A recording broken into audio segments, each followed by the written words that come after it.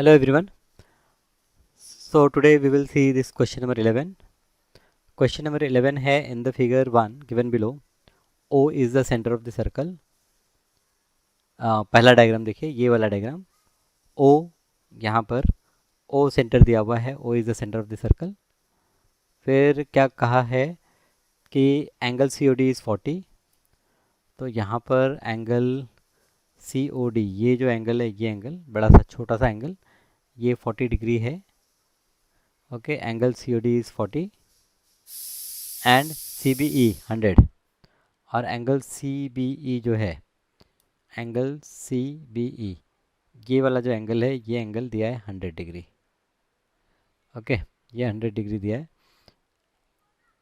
Find out करना है angle ADC. तो यहाँ पर एक काम करता हूँ कि मैं ये जो डायग्राम है, ओके, इसे थोड़ा सा ऊपर ले लेता हूँ.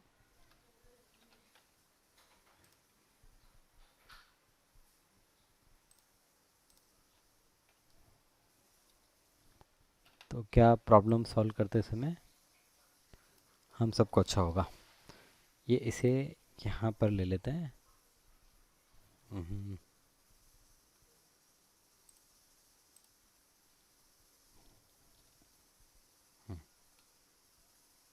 ओके, तो ये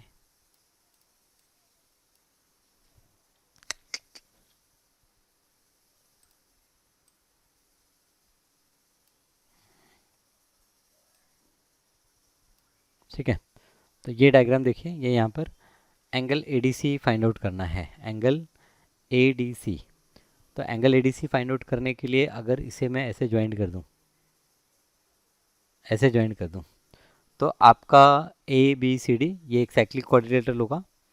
और एंगल CBE ये एक्सटीरियर एंगल है. तो हमें साइक्लिक कोऑर्डिनेटर की प्रॉपर्टी पता है कि जो एक्सटीरियर एंगल होता है वो अपोजिट एंगल के बराबर होता है. तो यहाँ पर ये जो एंगल CBE है, ये ADC के बराबर होगा. तो ये जो ADC एंगल है, ये एंगल हम कह सकते हैं कि ये भी 100 डिग्री होगा. ठीक है, एंगल ADC इज़ 100 डिग्री. दूसरा एंगल हमें फाइंड आउट करना है angle DAC.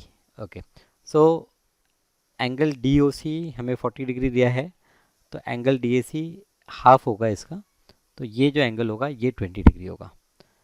Angle subtended bye arc at the centre is double the angle subtended bye arc on the remaining part of the circle. तो ये arc remaining part of the circle पे जो angle बना रहा है, वो एंगल सेंटर पे जो एंगल बन रहा है उसका हाफ होगा.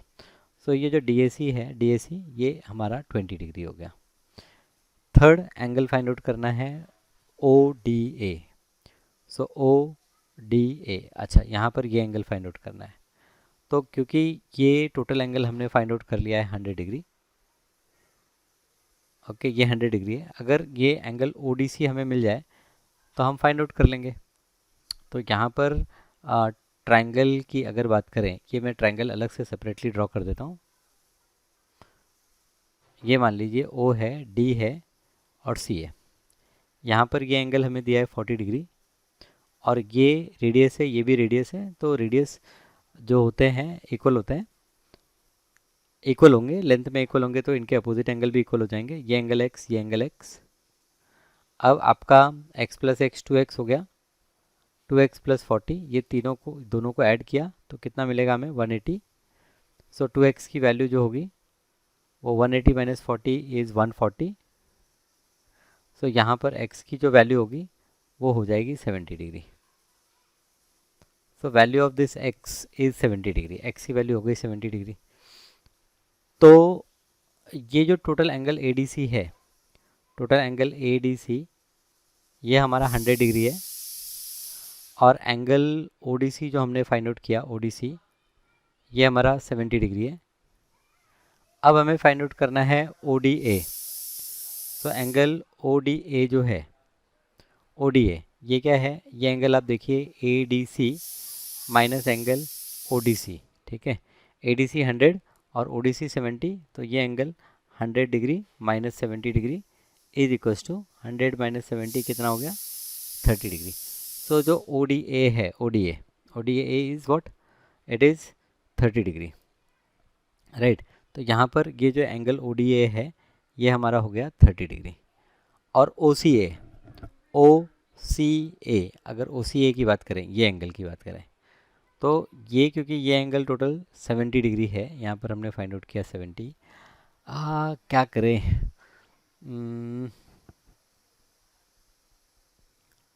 ये एंगल हमें फाइंड आउट करना है।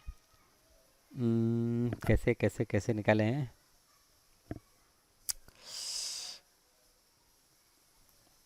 यहाँ पर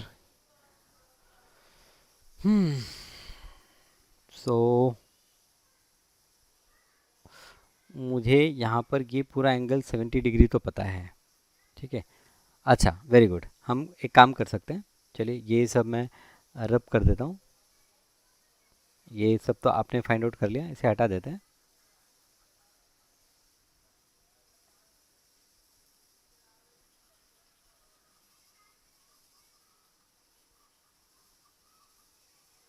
ओके, ठीक है, इसे ज़रा सा जूम करते हैं। और यहाँ पर देखिए, यहाँ पर हमने क्या बात की थी कि ये जो एंगल है, ये टोटल एंगल है 70 degree, this total angle is 70 degree, ठीक है। अब हमें यहाँ पर ये जो टोटल एंगल है ये है 100 डिग्री, और ये जो एंगल यहाँ पर दिख रहा है ये है 20, तो ये 20, ये 100, तो कितना हो गया 120।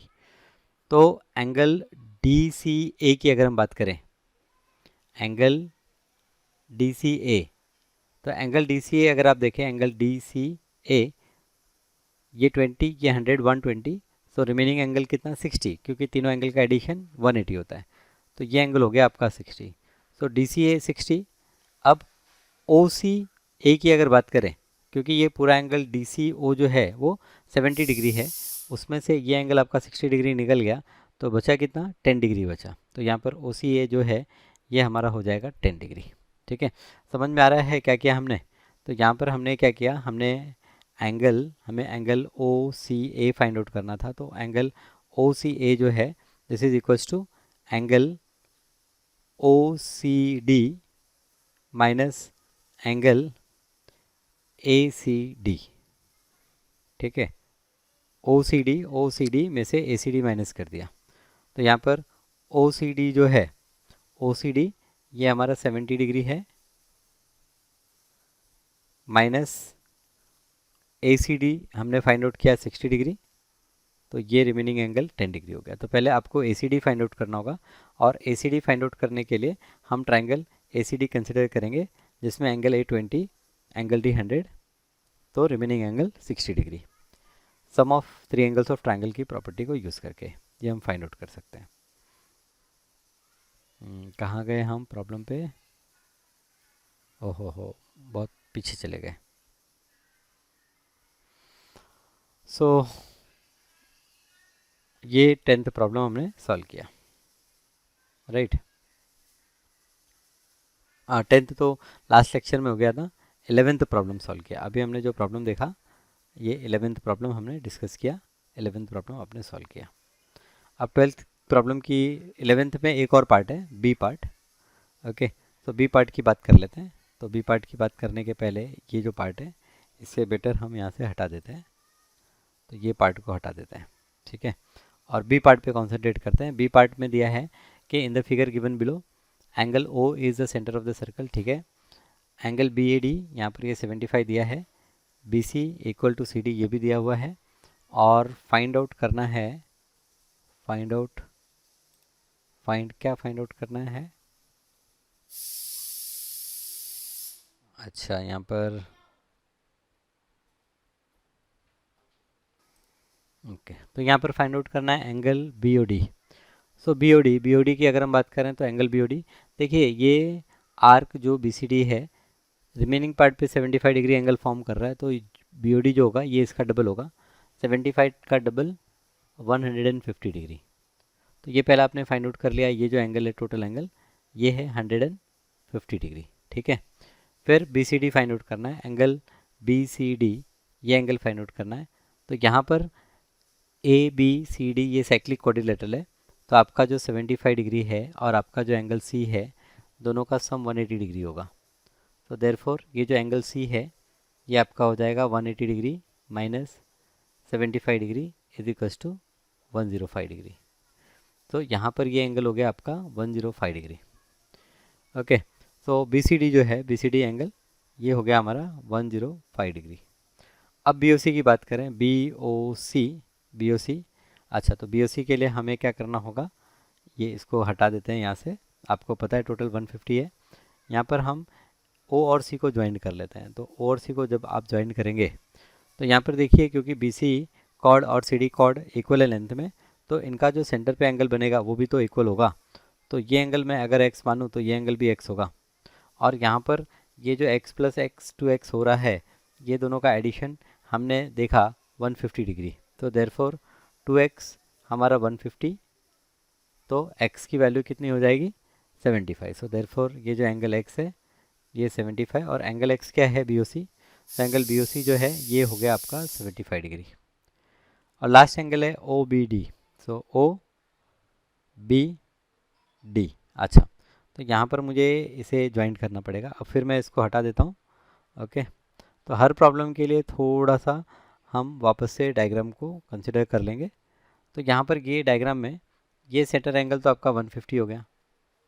अब मान लीजिए ये एंगल आपका y है, तो ये एंगल भी y होगा, क्योंकि आपका ये रेडियस है ये रेडियस है, तो रेडियस के अपोजिट एंगल्स इक्वल होते हैं। तो यहाँ पर हम देखेंगे, यहाँ पर हम क्या कह सकते हैं कि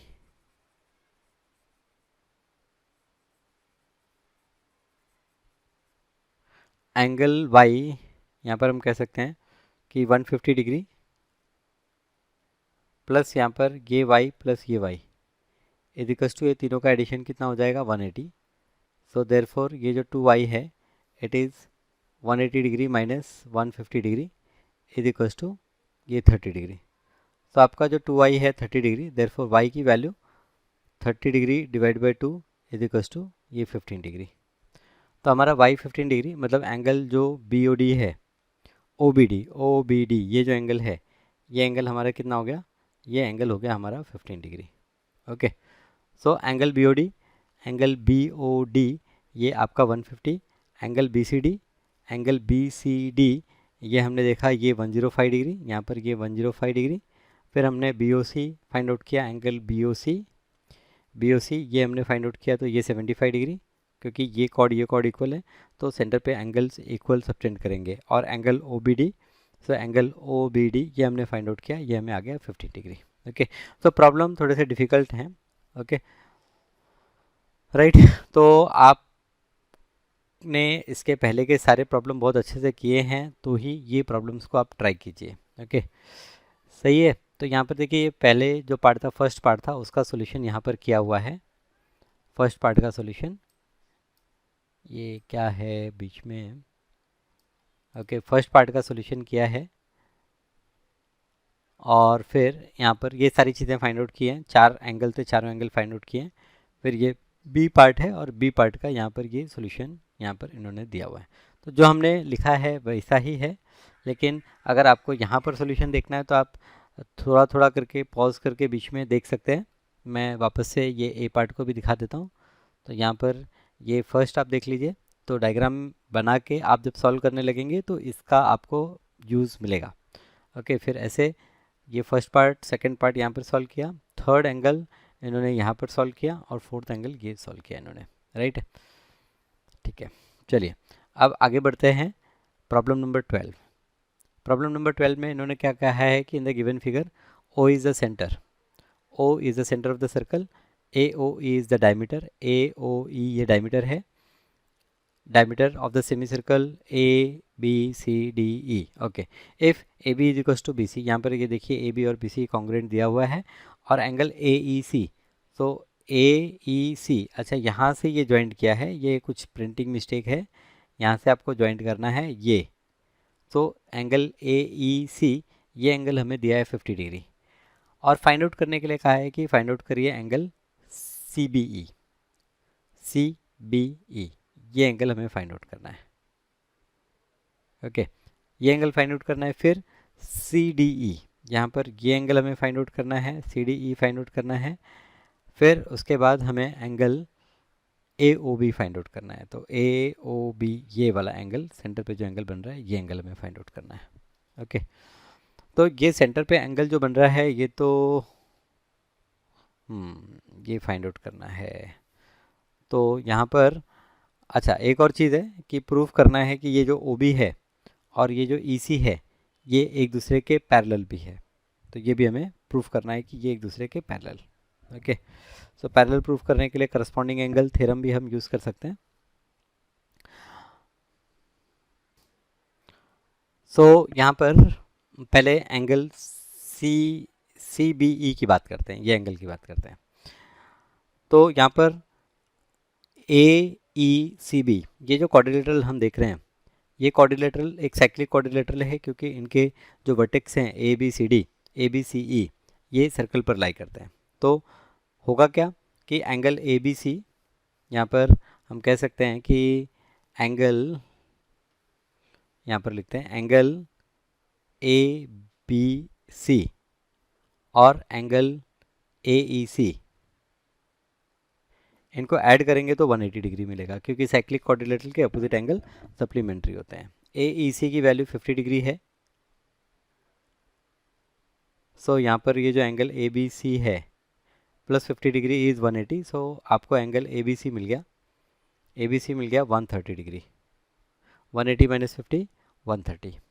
ओके, अच्छा ये जो एंगल ए बी सी है, ये एंगल ए बी सी दो पार्ट में हम इसको डिवाइड कर सकते हैं। एक तो angle A B E plus दूसरा एंगल ई बी सी। ये जो एंगल ए बी ई है, एंगल ए बी ई, ये आपका 90 डिग्री है। तो 90 degree plus angle E B C, ये हो गया हमारा 130 डिग्री। सो देयरफॉर ये जो एंगल ई बी सी है ये 130 degree minus 90 degree is equals to 130 minus 90। यहाँ पर ये हमें क्या मिलेगा, 40 डिग्री मिलेगा। तो angle E B C, angle E B C, ये जो एंगल है ये एंगल हमने फाइंड आउट कर लिया। एंगल ई बी सी बोलो या एंगल सी बी ई बोलो, ये हमने फाइंड आउट कर लिया, ये 40 डिग्री। ओके, अब बात करते हैं सी डी ई की। तो ये जो quadrilateral B C D E है, ये भी एक साइक्लिक क्वाड्रिलेटरल है। तो इनके जो अपोजिट एंगल होंगे सप्लीमेंट्री होंगे। तो ये जो एंगल सी डी ई है प्लस एंगल जो ए बी सी है, ये दोनों का सम 180 डिग्री होगा। ये वाला एंगल और ये वाला एंगल सप्लीमेंट्री होंगे, ये अपोजिट एंगल है, और ये एंगल और ये एंगल अपोजिट एंगल है। तो क्योंकि ये दोनों का सम 180 है और ये एंगल 40 दिया है, तो ये एंगल हमें 140 डिग्री मिल जाएगा। ये एंगल हमने फाइंड आउट कर लिया 140 डिग्री। अब तीसरा हमें फाइंड आउट करना है A O B. Okay, A O B. तो यहाँ पर chord B C, chord B C, chord B C से क्या लेना देना है हमें, कैसे हम इसे करें। Angle A O B find out करना है। सो ओके, तो यहाँ पर कॉर्ड ए बी और कॉर्ड बी सी सेम है। तो ये सर्कल के किसी भी पॉइंट पर इक्वल एंगल सबटेंड करेंगे। तो यहाँ पर हम कह सकते हैं कि एंगल ए ई बी, ये वाला angle, angle A E B और एंगल बी ई सी, ये दोनों एंगल इक्वल होंगे। ठीक है, क्योंकि ए बी कॉर्ड और बी सी कॉर्ड इक्वल है लेंथ में, तो ये सर्कल के किसी भी पॉइंट पर इक्वल एंगल सबटेंड करेंगे। तो क्योंकि ये टोटल एंगल 50 डिग्री है, तो ये जो एंगल सबटेंड करेंगे एंगल ई पे, पॉइंट ई पर, ये क्या होगा, ये दो इक्वल पार्ट में डिवाइड हो जाएगा। तो ये जो 50 डिग्री है, ये मान लेते हैं एक्स है, ये एक्स है, तो x plus x 2x, 2x की वैल्यू 50 होगी, तो एक्स की वैल्यू 25 मिल जाएगी। तो यहाँ पर ये एंगल आप निकालेंगे ना, एंगल बी ई ए, तो ये आपको मिलेगा 25 डिग्री। और एंगल बी ओ ए जो है, ये एंगल फॉर्म हो रहा है आर्क ए बी से सर्कल के सेंटर पे, और एंगल बी ई सी, ये जो एंगल है, ये एंगल फॉर्म हो रहा है by arc AB at the remaining point of circle. So by the theorem, इस एंगल का डबल होगा यहाँ पर, तो ये एंगल आपका 50 डिग्री हो जाएगा। तो AOB आपका हो गया 50 डिग्री। अब आप ध्यान से देखें तो ये जो एक्स्ट्रा चीज़ें मैंने ड्रॉ की हैं ये मैं अगर हटा दूँ तो यहाँ पर अगर हम देखें तो एक तो ये एंगल AOB 50 डिग्री है, और दूसरा यहाँ से ये हमने इसको ऐसे ज्वाइंट किया, ये एंगल भी हमारा 50 डिग्री है। तो if we consider side OB and side EC, okay, and we consider AE as the transversal, तो ये जो एंगल BOA है और एंगल CEO है, ये दोनों एंगल क्या कहलाएंगे? They will be called corresponding angle. ये क्या होंगे? ये करस्पॉन्डिंग एंगल होंगे। और क्योंकि करस्पॉन्डिंग एंगल इक्वल होते हैं तो ये 50 डिग्री है, तो यहाँ पर ये एंगल जो होगा ये भी आपका 50 डिग्री होगा। तो ये 50 डिग्री और ये एंगल भी आपका 50 डिग्री।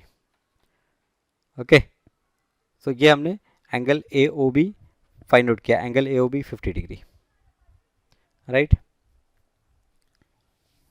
ठीक है, तो ये अब यहाँ पर इसके भी सॉल्यूशन को आप गो थ्रू कर सकते हैं। तो पहले मैंने आपको सारी चीज़ें यहाँ पर समझाई हैं, नहीं समझ में आई तो फिर से पॉज करके एक बार फिर आप देख सकते हैं, और फिर उसके बाद ये सॉल्यूशंस को भी आप देखिए, एक बार अच्छे से सॉल्यूशन को देखिए।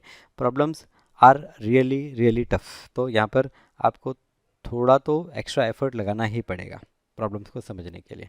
बट ये प्रॉब्लम अगर आप समझ जाते हैं तो सर्कल की किसी भी प्रॉब्लम को आप समझ सकते हैं, सॉल्व कर सकते हैं। अब ये 13th क्वेश्चन है कि in the figure given below ED and BC, यहाँ पर देखिए ED और BC they are parallel chords of the circle, and ABE and DCA ये या ACD are two straight line. Prove करना है कि AED ये एक आइसोसेलेस ट्रायंगल होगा। तो आइसोसेलेस ट्रायंगल मतलब ये प्रूव करना है कि यहाँ पर ये जो एंगल E है और यहाँ पर ये जो एंगल D है, ये दोनों एंगल इक्वल है। तो चलिए अभी प्रूफ करते हैं। यहाँ पर आप ध्यान देंगे तो EDCB ये एक साइक्लिक क्वाड्रिलेटरल भी है। तो साइक्लिक क्वाड्रिलेटरल की प्रॉपर्टी ये होती है कि अपोजिट एंगल्स क्या होते हैं? सप्लीमेंट्री होते हैं। मतलब ये एंगल B जो है, अगर मैं एंगल B को मान लूँ X, इसे मैं मान लूँ X, एंगल B को X मान लूँ, सो B plus D, angle B मतलब X प्लस एंगल D, ये जो होगा ये क्या होगा? 180 डिग्री होगा। यहाँ पर साइक्लिक क्वाड्रिलेटरल की प्रॉपर्टी, साइक्लिक क्वाड्रिलेटरल प्रॉपर्टी, ठीक है। साइक्लिक क्वाड्रिलेटरल में अपोजिट एंगल सप्लीमेंट्री होते हैं। सो देयरफॉर ये जो एंगल D है ये आपका हो जाएगा 180 डिग्री माइनस X डिग्री। तो ये एंगल है आपका 180 माइनस X। अब हमें ये भी दिया है कि जो BC है it is parallel to, BC is parallel to ED। So therefore again angle B plus angle E, ये दोनों का एडिशन भी 180 डिग्री होगा, क्योंकि ये आपका इंटीरियर एंगल फॉर्म करते हैं, इंटीरियर एंगल। तो they are forming interior angle, दोनों का सम आपका 180 होगा। तो क्योंकि ये दोनों का सम भी 180 है, तो अगेन आपका जो एंगल E होगा, एंगल E भी आपका क्या हो जाएगा? 180 degree minus angle B X हो गया। तो ये वाला एंगल जो है ये भी आपका हो जाएगा 180 डिग्री माइनस X। तो ये भी 180 माइनस X है, ये भी 180 माइनस X है। सो देयरफॉर आपका जो एंगल D है is equals to angle E।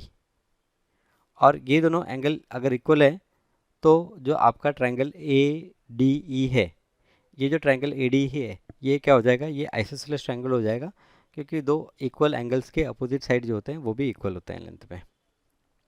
Okay, तो ये पहला पार्ट बहुत आसान था, ज़्यादा इसमें दिक्कत नहीं है। यहाँ पर हमने दो प्रॉपर्टीज यूज़ की, एक तो DCBE ये हमने कंसिडर किया कि ये एक साइक्लिक क्वाड्रिलेटरल है, और साइक्लिक क्वाड्रिलेटरल की प्रॉपर्टी अप्लाई की और एंगल D हमने फाइंड आउट कर लिया 180 माइनस X। फिर हमने ये गिवन था कि BC is parallel to DE, तो इंटीरियर एंगल भी सप्लीमेंट्री होंगे, तो उससे हमें angle B plus angle E भी 180 मिल गया। तो उससे भी हमने एंगल E फाइंड आउट किया तो 180 माइनस X मिला। तो क्योंकि एंगल D और एंगल E दोनों ही 180 माइनस X हैं, तो इसका मतलब ये जो ट्रायंगल ADE है ये बाय आइसोसेलेस ट्रायंगल थ्योरम आपका आइसोसेलेस ट्रायंगल हो जाएगा। इक्वल एंगल्स के अपोजिट साइड जो होते हैं they are equal in measure. Okay, अब बी पार्ट पे आते हैं। इन द फिगर 2 ये सेकंड डायग्राम दिख रहा है, given below S P is the bisector. S P क्या है? S P is the bisector of angle R P T. Angle R P T, ये एंगल का ये एस पी जो है ये बाइसेक्टर है। And P Q R S is a cyclic quadrilateral. P Q R S ये एक cyclic quadrilateral है। P Q R S is a cyclic quadrilateral. Prove करना है एस क्यू, प्रूव करना है S Q is equals to R S. तो ये S Q और आर एस हमें प्रूव करना है, ये इक्वल होंगे। ओके, तो ठीक है, यहाँ पर ये एंगल बाइसेक्टर है तो मैं पहले ही से बता देता हूँ कि ये पार्ट और ये पार्ट दोनों सेम होंगे। मान लेते हैं ये पार्ट x है तो ये पार्ट भी x होगा। अब ध्यान दीजिए कि एस पी टी ये आपका एक्सटीरियर एंगल हो गया for cyclic quadrilateral S P Q R. तो उस वजह से ये जो एक्सटीरियर एंगल है, ये एक्सटीरियर एंगल बराबर हो जाएगा ये एंगल आर के। तो यहाँ पर ये जो एंगल आर है, ये एंगल आर की वैल्यू भी हम कहेंगे कि ये क्या हो गई, ये हो गई एक्स। तो यहाँ पर ये एंगल एक्स हो गया आपको प्रूफ करना है कि ये जो आर एस है और एस क्यू इक्वल है। मतलब कि आर एस का जो अपोजिट एंगल है यहाँ पर ये एंगल क्यू, ओके, और आर एस का अपोजिट एंगल और एस क्यू का जो अपोजिट एंगल है यहाँ पर ये आर, ये इक्वल, मतलब ये एक्स है तो ये भी एक्स होना चाहिए। तो अब देखिए दूसरा, ये जो आर एस आर्क है, आर एस आर्क यहाँ पर सर्कल पे एक एंगल फॉर्म करता है आर पी एस, और यहाँ पर सर्कल पे एंगल फॉर्म करता है R Q S. So R P S is equal to R Q S because they are the angle formed by the same arc on two different points of the circle. So ये angle X, तो ये angle भी आपका हो गया x. अब अगर triangle आप कंसिडर करेंगे Q R S, so in triangle Q R S ये एंगल एक्स का अपोजिट साइड एस क्यू और ये एंगल एक्स का अपोजिट साइड आर एस, ये दोनों इक्वल होंगे क्योंकि ये दोनों एंगल इक्वल हैं। तो इक्वल एंगल के अपोजिट साइड जो होते हैं वो भी इक्वल होते हैं। तो बहुत ही बेहतरीन problem, very good problem. Okay, तो जैसा हमने यहाँ पर डिस्कस किया ऐसे ही आप एक एक करके स्टेप्स लिखते जाएंगे और आपका प्रॉब्लम स्मूथली सॉल्व हो जाएगा। तो ये यहाँ पर फर्स्ट प्रॉब्लम को इन्होंने सॉल्व किया है, ओके, और ये इसके नीचे ये यहाँ पर इन्होंने सेकंड प्रॉब्लम को भी सॉल्व किया है। तो यहाँ पर हम देख सकते हैं दोनों ही प्रॉब्लम के सॉल्यूशंस यहाँ पर प्रोवाइड किए हुए हैं। ओके, ठीक है, चलिए नेक्स्ट क्वेश्चन 14 क्वेश्चन पे आगे बढ़ते हैं। 14th क्वेश्चन है कि in the given figure A B C is an isosceles triangle. A B C ये हमारा एक आइसोसेलेस ट्रायंगल है in which A B is equal to A C. A B और ए सी इक्वल है, A B is equal to A C and circle passes through B and C. और circle कहाँ से पास हो रहा है? बी सी से पास हो रहा है। Okay, circle is passing through B C, intersect side A B and A C at point D E. यहाँ पर डी ई पे ये सर्कल इंटरसेक्ट भी कर रहा है ट्रायंगल को। प्रूफ करना है कि डी ई जो होगा ये पैरेलल टू बी सी होगा, D E parallel to B C. Okay, तो यहाँ पर देखिए आपको दिया ये है कि A B C isosceles triangle है। तो आइसोसेलेस ट्रायंगल में ए बी साइड और ए सी साइड इक्वल है। तो अगर ये दो साइड इक्वल है तो इनके अपोजिट एंगल भी इक्वल होंगे। तो मान लेते हैं ये एंगल आपका एक्स है और ये एंगल मान लेते हैं ये एंगल भी एक्स है, क्योंकि इक्वल है तो एक्स एक्स मान लेते हैं। अब क्योंकि ये साइड और ये साइड सर्कल को डी और ई पे इंटरसेक्ट कर रहे हैं तो ए सी ई डी ये हमारा हो जाएगा साइक्लिक क्वाड्रिलेटरल। और साइक्लिक क्वाड्रिलेटरल की प्रॉपर्टी होती है कि साइक्लिक क्वाड्रिलेटरल का जो अपोजिट एंगल होता है, ओके, वो सप्लीमेंट्री होता है। मतलब अपोजिट पेयर जो होता है सप्लीमेंट्री होता है। मतलब यहाँ पर एंगल बी डी ई जो होगा ये प्लस एंगल बी सी ई जो होगा ये दोनों का एडिशन 180 डिग्री होगा। सो एंगल हम कह सकते हैं angle B D E plus angle B C E, इन दोनों का सम जो होगा वो 180 डिग्री होगा। सो देयरफॉर जो बी डी ई है, angle B D E plus यहाँ पर ये X degree is equal to 180। So therefore यहाँ पर हमें एंगल जो बी डी ई मिलेगा, बी डी ई ये हो जाएगा 180 डिग्री माइनस एक्स। सो बी डी ई हो गया 180 माइनस एक्स। ठीक है, ओके, ठीक है, बहुत अच्छी बात है कि बी डी ई ये हमने फाइंड आउट कर लिया। ये एंगल हो गया 180 डिग्री माइनस एक्स डिग्री। अब अगर हम angle B D E plus angle D B C को ऐड करते हैं, तो बी डी ई ये तो हो गया 180 minus X, this is equals to 180 minus X plus ये एंगल एक्स, तो ऐड करने पे हमें क्या मिला 180 डिग्री मिला। तो ये एंगल प्लस ये एंगल का सम भी 180 है, और ये दोनों एंगल जो हैं ये इंटीरियर एंगल हैं। तो ये जो साइड डी ई होगा, side D E will be parallel to side B C, okay. और ये हम कह सकते हैं by converse of interior angle theorem, या फिर आपको ज़्यादा प्रॉब्लम होती है तो यहाँ पर सिर्फ इंटीरियर एंगल थ्योरम लिखेंगे तो भी चलेगा, इंटीरियर एंगल थ्योरम। या फिर आप इस तरह से लिखिए कि if the interior angles are supplementary then the two sides are parallel, if the interior angle formed by two sides and a transversal is supplementary then the two sides are parallel. तो ये हो गया आपका D E parallel to B C, ठीक है। तो क्या systematically लिखना है, फिर से यहाँ पर आप इसको अच्छे से देख सकते हैं, गो थ्रू कर सकते हैं, बहुत ही सिंपल सा छोटा सा सोल्यूशन यहाँ पर दिया हुआ है, ओके। अच्छा, यहाँ पर मैंने इंटीरियर एंगल को यूज़ किया, इन्होंने करस्पॉन्डिंग एंगल यूज़ किया, क्या बात है। तो करस्पॉन्डिंग एंगल भी हम यूज़ कर सकते हैं, करस्पॉन्डिंग एंगल। तो करस्पॉन्डिंग एंगल कैसे कि यहाँ पर अगर हम देखें, ये हटा देते हैं, और यहाँ पर अगर आप देखें तो ये जो एंगल ए डी ई है, ये एंगल क्या है, ये quadrilateral B C E D का एक्सटीरियर एंगल है, तो ये एंगल डी और ये एंगल सी इक्वल होगा, तो यहाँ पर ये एंगल एक्स हो जाएगा। और ऐसे ही एंगल ए ई डी ये भी एक्सटीरियर एंगल है, और बाय एक्सटीरियर एंगल प्रॉपर्टी ये जो एंगल ई है और ये जो एंगल बी है ये भी इक्वल हो जाएगी, तो ये भी एक्स हो जाएगा। तो यहाँ पर आप देखिए, अच्छा वैसे दो हमको प्रूफ करने की भी ज़रूरत नहीं थी, एक एंगल एक्स प्रूफ कर दिया। तो यहाँ पर ये एंगल ए डी ई और ये एंगल ए बी सी दोनों की ही वैल्यू एक्स है, और ये दोनों करस्पॉन्डिंग एंगल पेयर हैं, इसलिए ये साइड डी ई और ये साइड बी सी आपका पैरेलल हो गया, ओके। चलिए एक और क्वेश्चन, आई थिंक ये लास्ट क्वेश्चन नहीं, अभी एक और क्वेश्चन है, ठीक है, दो क्वेश्चन है। तो यहाँ पर क्वेश्चन नंबर 15 प्रूव करना है, prove that a cyclic parallelogram is a rectangle. Cyclic parallelogram rectangle होता है, prove that a cyclic rhombus is a square.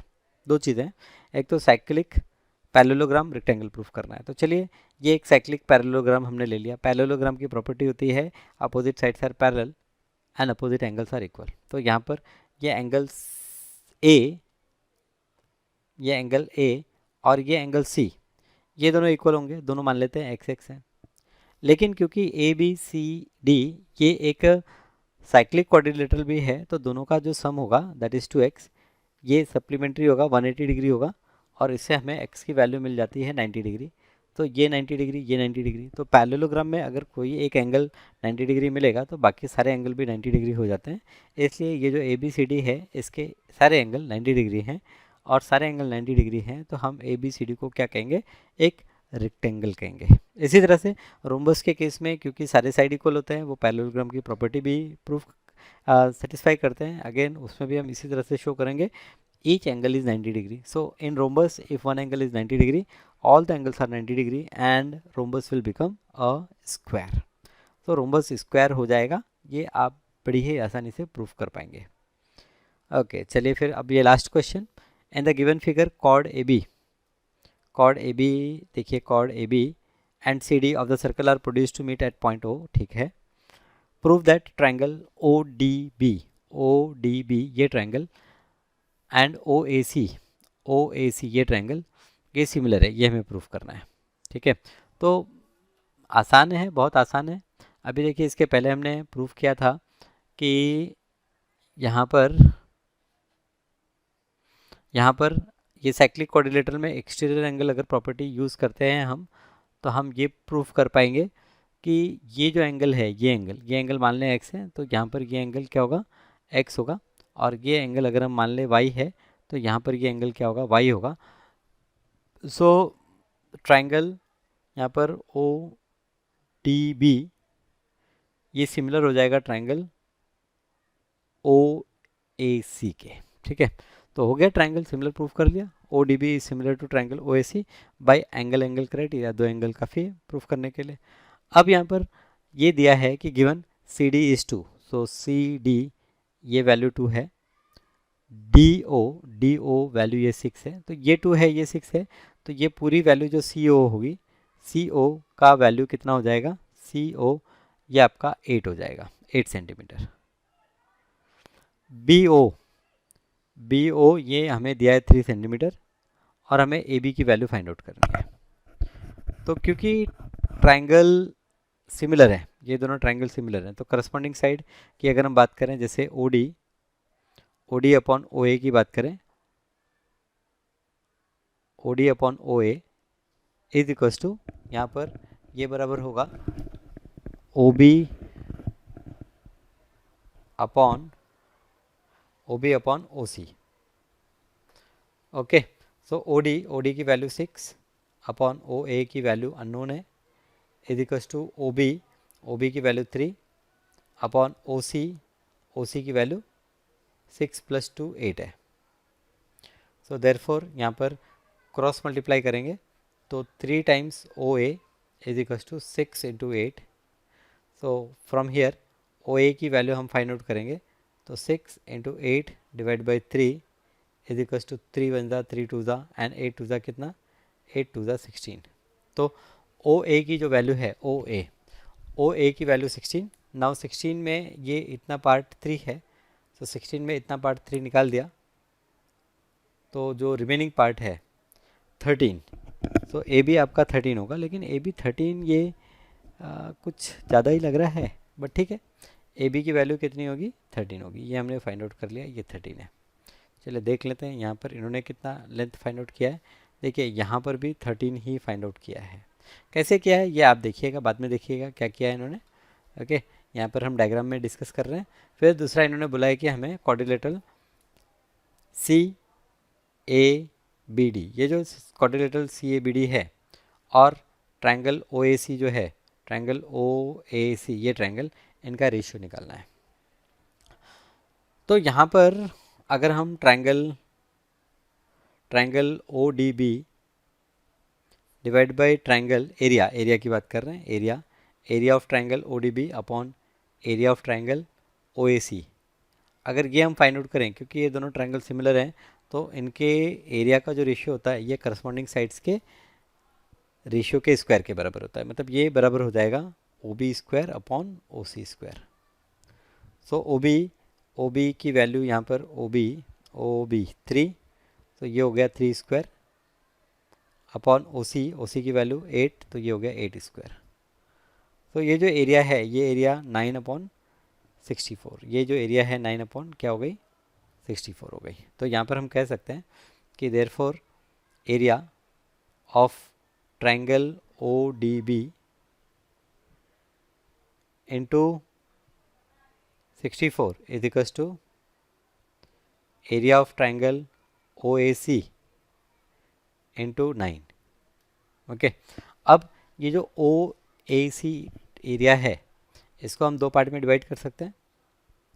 तो यहाँ पर therefore 64 times area of triangle O D B is equals to 9 times area of triangle O D B. तो ये जो पूरा बड़ा ट्रायंगल है, इसका एक तो ओ डी बी ये ट्रायंगल और दूसरा quadrilateral A B D C में हम डिवाइड कर लेते हैं, प्लस क्वाड्रिलेटरल, तो ये थोड़ा इधर ले लेते हैं, plus quadrilateral A D B सी।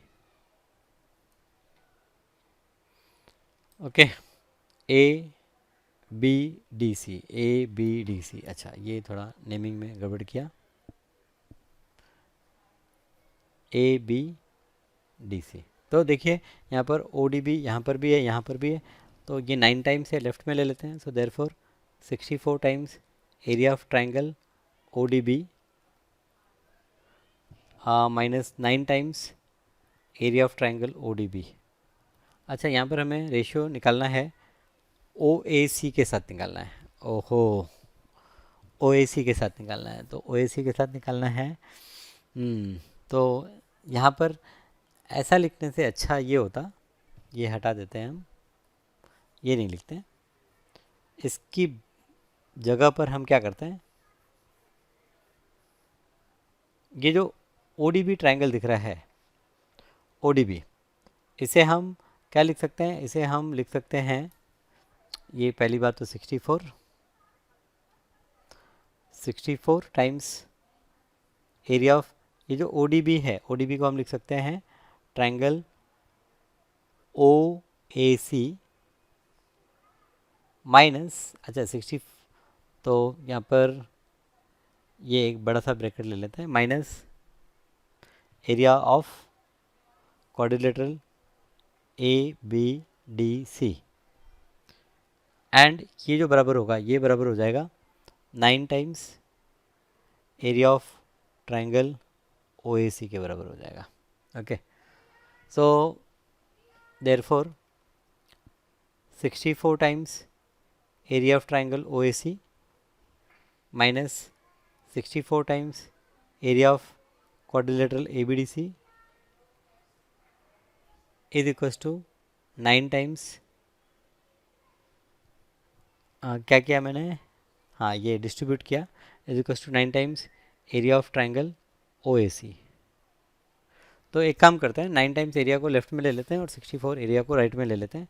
तो देयरफॉर ये जो 64 times area of triangle OAC है minus 9 times area of triangle OAC, this is equals to, ये बराबर हो जाएगा, this will be equal to 64 times area of quadrilateral ABDC। ठीक है, अब 64 माइनस 9, तो 14 माइनस 9, 14 माइनस 9 इज 5, सो ये 55 हो गया, 55 plus 9 is 64, so 55 times area of triangle OAC जो है ये बराबर है 64 times area of quadrilateral ABDC। Okay, so therefore यहाँ पर हमें फाइंड आउट क्या करना है कि क्वाड्रिलेटरल फाइंड आउट क्या करना है, area of quadrilateral CABD upon area of triangle OAC CABD। सो CABD से CABD भी कह सकते हैं, therefore area of quadrilateral CABD upon area of triangle OAC is equals to, इसको इस ट्रायंगल की एरिया से डिवाइड कर देंगे तो यहाँ पर ये 54 और डिवाइड बाय ये 64। ओके, अब यहाँ पर ये अगर मल्टीपल है किसी का तो डिवाइड कर लेंगे, नहीं तो यहीं पे छोड़ देंगे। तो फिलहाल तो मुझे किसी का मल्टीपल दिखता नहीं है, तो 55 डिवाइड बाई 64, 55 डिवाइड बाई 64, ये इसका आंसर हो गया। तो यहाँ पर मैंने आप लोगों को कुछ तरीके दिए हैं प्रॉब्लम को सॉल्व करने के, कुछ तरीके आप यहाँ पर भी देख सकते हैं कि कैसे स्टैंडर्ड वे से प्रॉब्लम को सॉल्व किया गया है। ओके, तो इसे भी देखिए, ये भी आपके समझ में आना चाहिए और जो मैंने आपको बताया ये भी समझ में आना चाहिए। दोनों में से आप कोई भी तरीका यूज़ कर सकते हैं, यहाँ तक कि दोनों के अलावा कोई तीसरा तरीका जो आपको ठीक लगता है और सही है उसे भी आप यूज़ कर सकते हैं। तो ये फाइनली हमने सर्कल चैप्टर को ख़त्म कर दिया है। ठीक है, तो आगे नेक्स्ट क्लास में हम मिलेंगे और कुछ और चैप्टर पे हम बात करेंगे, किसी और टॉपिक पे हम डिस्कस करेंगे। So thank you for watching this lecture and thank you for being with me. Okay, so मिलते हैं अगली क्लास में।